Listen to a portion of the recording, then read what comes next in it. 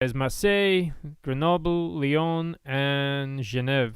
If you zoom in, here's the Chabre, you can see it here. Today's flight took me all the way to Grenoble, but first I went west, and the reason I went west is because I wanted to use the westerly winds. Here in the southwest Alps, on a normal day we're gonna have westerly winds, and the reason for that is that this big mountain range here, the red zone, the Alps, heats up first, and the winds from the surrounding areas will be moving towards the Alps. So here we are in Chabre, taking off towards south. And as we take off, we get into the thermal. The trick for that is to observe the weather and make sure the cycle is on when you take off. That's the easiest way to get up.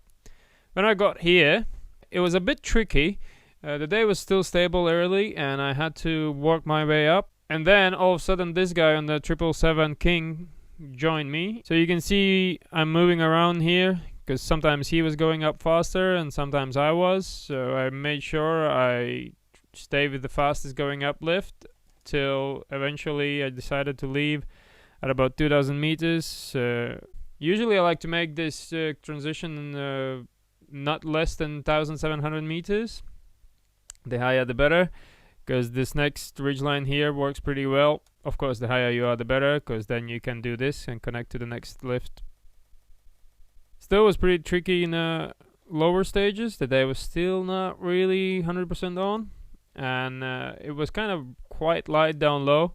And I left again only at 2,000 meters or so, had a decent glide, and went to the next trigger point, which is right here. That's the usual trigger point for this mountain, this one, and here on the left side that's even better. Here you can see how the winds go around here, and it just kind of triggers nicely, and the sun's been there for a very long time. Again, I just got to 2,000. It seemed like at this point of the day more than 2,000 was pretty difficult, so I made sure that I get some height here, because this is the big trigger zone and you have multiple sources here for thermal, and it usually is stronger than the surrounding area. So I got up to 2.5. I went forward, just kind of choosing a good line and following the mountains and the cloud lines. Clouds were pretty light right now, and the climbs was not super strong. Like right here I'm just plus 1 meters a second, but I still made sure I'm gaining height as much as possible, and then I got a better thermal here, and that took me to the cloud base at 3,000 at the moment. So up until this point it was a bit of a slow flight. It was quite stable down low, so I made my point to stay high. And as you can see, I'm diverting here, is that I wanted to connect as far west as possible to use the west to move forward.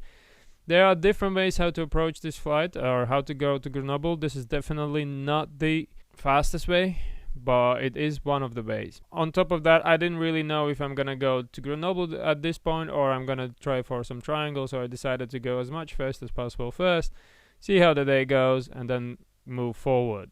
The Alps are overdeveloping already at 2 o'clock, but the foothills are working nicely without no indications of soon overdevelopment.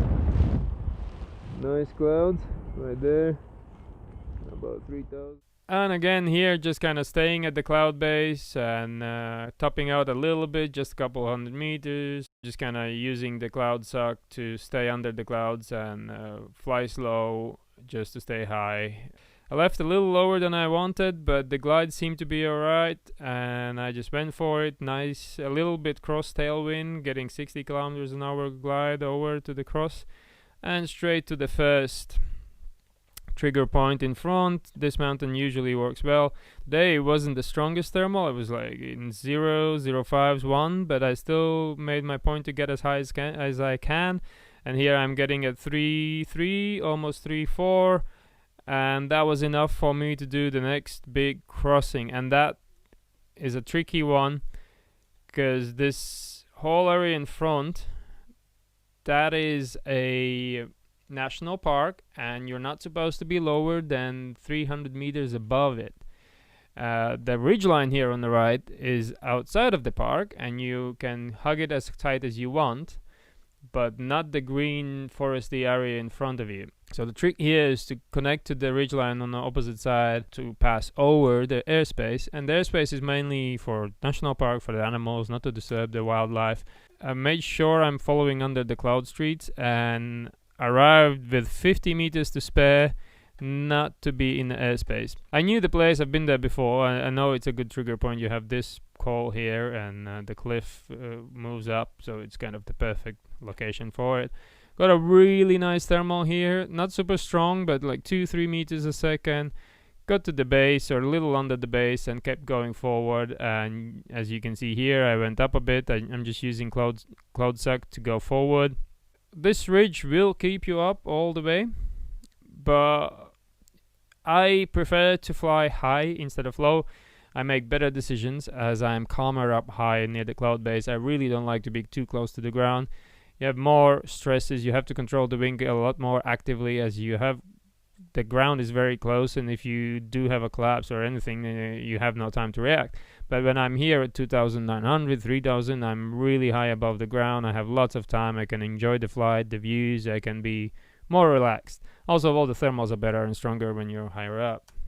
I wanted to gain a bit more, and I hoped I'm gonna get something here on the way, but instead I got a really good glide here, kind of a little bit of a cloud suck. And in retrospect, I thought maybe I should have done some turning here, just to gain that extra height to go forward. Reason I didn't go more forward here is because the valley winds are coming in from the northwest side here, and they kind of wash everything away there. Right there, the valley winds coming from there, and if you look up higher, you can see how that would happen here.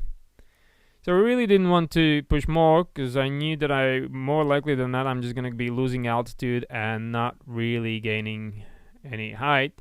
So I turned around at about 97, 96, 8 kilometers from the takeoff. And as you can see, as I turned around, I'm facing a headwind or slight headwind. I'm losing altitude rapidly. So I added a lot of speed bar, pushed forward, got here. There was a sailplane above this trigger point, so I knew that it's gonna work, so I added quite a bit of bar to get there quick. Got up, starting to push forward. As you can see here, and here, weather was getting really strong and things were getting ballistic, and it was time for me to rush again. No more relaxed time. Had to run forward to get back. I really wanted to get back on this one.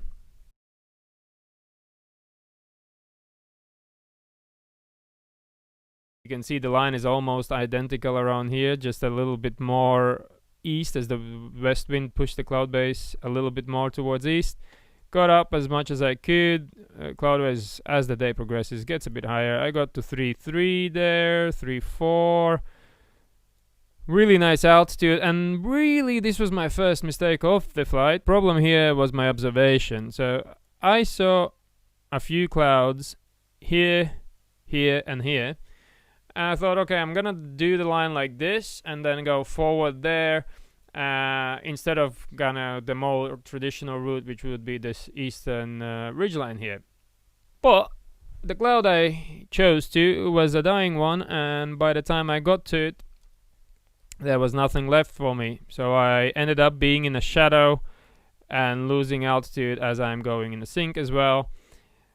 But not to worry, I've been in this area before, and my first idea was to connect to this one here, because that would give me a nicer trigger point, but I was a bit too low and I didn't want to risk sinking out, so I decided, you know what, I'm just gonna head more east, connect to this one instead, and use some dynamic off of it, because there will be the wind, the local valley wind will be coming in like so. And this is the reason why you have the local wind is sort of south there, just because of the valley right in front of me there.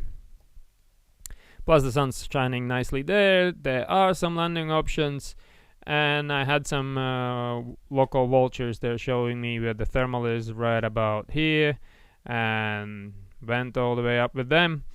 Decided to leave it a little too low, because the thermal was a bit shattered, as you can see by the track log, and I didn't really like it. In retrospect, I should have stayed there longer and got back up to the 3K. I'm only at 2.3, 2.4 here. That's kind of my mind here, because I made the mistake there and I got a bit irritated by that, and I wasn't anymore cool, calm, and collected, and my decisions wasn't as great anymore. So that was my big mistake of the day, really. That affected the next few decisions down the road here. So I went forward, thought, okay, I'll connect to this one. Got a good one again, and again left too soon. And really, I just kind of fell out of it. If you see here on top, just kind of fell out. Should have moved back, got up higher, and again get to the 3000 cloud base instead of leaving it at 2.5 and moving forward. On top of my worries there, you can see that here and here it's a pretty damn big storm, and I was worried about it. I didn't really want to be rained on or, you know, forced to land because of it, so I was trying to push forward. And here again, I got pretty low, but I got up again and left way too low. This thermal wasn't too bad, and I should have stayed there longer. And then I thought, you know what, but there's sunshine here, and I'm gonna just go here and get up here, which I did. And again, this wasn't very strong. The thermal before was stronger. This was light one, and I drifted with the wind a bit too much here on top and fell out of it. And again, it's only 2500 and I'm pushing forward. Because I left it so low, I sank out badly here. It wasn't really working here very well, and it's late now in the day, 6:40, so things start to calm down. The clouds in front of me disappeared. There was a big storm over this area, over the Mont Asp, but it wasn't really threatening to me as I had a lot of west wind, so I just decided to retrieve back here. My original goal was to cross over there, couldn't do it, had to retrieve back, use the dynamic as the west wind was pretty strong today, and I could just stay all night if I had to wait for the bubble, looked for every little sign of it, and found a little bit lift and got up to 2000 meters, just a little more. Got a good line by pushing forward westwards a bit. So the reason I did that is that I had a good line going forward, so I thought I'll use that a bit more to maybe get a trigger from the hill in front. Didn't get that, and I thought, you know what, I might be high enough to just kind of try downwind it and connect to this hill here. And this is a close call, because the wind was west and the southwest was moving in on this ridge, because again, it's just how the winds go around these mountains. I knew it, if I can cross this area high enough, the winds from both sides will keep me up enough to move forward, which worked out just fine. As you can see, the glide ratio wasn't so bad, and I did a few turns there. Wasn't much offering there. I knew that this whole ridge should hold me up. I've been here before low, and I know that it works. And again, the reason it works is just the west winds. It's like a big ball, so, and it's end of it, and there's no other way for the wind to go, just up. So that is exactly what I did, and just kept going with some 50% of speed bar. And here I'm getting really low, and I just pushed 60-70% of speed bar here, and as I arrived closer I released it to have this little jump over, and the dynamics called me, and I was considering this field here for landing. I knew that I have landing options on the other side if I get too low. I know this area, that's why I decided to go so low over it. I just kind of kept going forward. Here I spent some time trying to get some lift. Now we are at 7:18 in the evening, and this is all in the sunshine. So I was just kind of cruising here and thinking maybe I can get 100 meters or so, because I have to do this little jump over. It's not that little, but it's kind of downwind, and at this point of the day I even was getting lift as I was going up there, and then got some sync moving forward. Again, been here before. I know that this mountain works late in the day. The westerly winds start coming around, and this one is a bit tricky. You have the winds kind of cruising around here and here and here, plus the sunshine, and I actually got some lift here, right of it, and that was just enough to move to the next one. Again, another couple hundred meters, and just literally went straight forward using dynamic lifts of the mountain. Glided over here again, just using the terrain and the dynamic lift of the mountains. You have the westerly winds coming from this big valley here, hitting this one. Plus, it's narrowing. This valley is narrowing. You have this ridgeline here and the other one there. This usually at this time of the day is a nice line and works well. 7:43. There wasn't much thermal activity going on anymore. I still tried to get something. I really wanted to get all the way back to the mountain, but nothing really worked. So I thought, you know what, I'm just gonna go forward. It's been a long flight, and just did my final glide